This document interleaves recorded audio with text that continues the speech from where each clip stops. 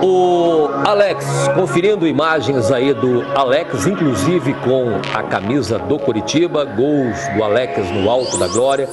E o incrível é o seguinte, que o Alex foi homenageado, né, com uma estátua, tamanho real, e aí na sequência acontece tudo isso, né? O presidente dá carta branca ao treinador, que afasta o Alex, e aí o Alex pede a rescisão de contrato. O que surpreende, Crispim, é justamente isso, né? Um jogador da categoria do Alex, ídolo como é, artilheiro do time, um jogador que está há 8 anos, não está uma semana no clube, está há 8 anos, ídolo máximo da torcida. Como é que o presidente do clube autoriza, ou como é que o presidente do clube concorda com o técnico em fazer esse tipo de coisa? Aí é os gols do Alex, do Couto Pereira. Crispim, algumas coisas assim interessantes. Isso aí, 17 anos, viu, Marcão? 17 anos.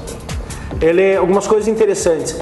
Ele lá no Fenerbahçe, ele é o maior ídolo da história do Fenerbahçe. Quando ele chegou lá, o Fener não tinha conquistado nenhum título nacional. E ele tem 5 títulos nacionais pelo Fener. Aquela estátua... 6 títulos, né? 6 títulos. Aquela estátua foi feita pela torcida do Fener. Foi uma homenagem dos torcedores do Fenerbahçe. E no site oficial do Alex, ele posta mais ou menos como foi a saída dele. E o que é triste de ver é que ele diz ali que há 8 anos de história foram decididos em 3 minutos. Do momento que ele entrou na sala do presidente do Fenerbahçe até a hora que ele saiu da sala, foram 3 minutos. Quando ele passou a situação que ele tinha sido afastado e que daí ele queria saber qual era a posição dele, se ele ficava afastado, e o presidente falou, ou você treina em separado ou vai embora. E ele foi embora em 3 minutos, resolveu 8 anos.